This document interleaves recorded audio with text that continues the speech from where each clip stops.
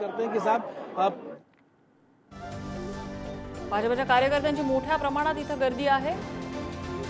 नरेंद्र मोदी स्वतः वाराणसीमधून निवडणुकीच्या रिंगणात उतरलेले आहेत आणि या ठिकाणी त्यांचा हा रोड शो होतोय। भाजपकडून जोरदार शक्ती प्रदर्शन केलं जात आहे।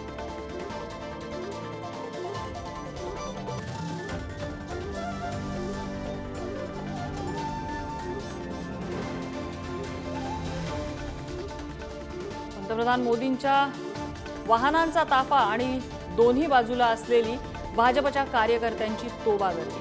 जोरदार शक्ती प्रदर्शन वाराणसीमध्ये पंतप्रधान मोदींकडून केलं जात आहे। त्यांच्यासोबत उत्तर प्रदेशचे मुख्यमंत्री योगी आदित्यनाथ सुद्धा आहेत। वाराणसीमधून पंतप्रधान मोदी निवडणुकीच्या रिंगणात उतरलेले आहेत आणि त्याच वाराणसीमध्ये भाजपकडून शक्ती प्रदर्शन केलं।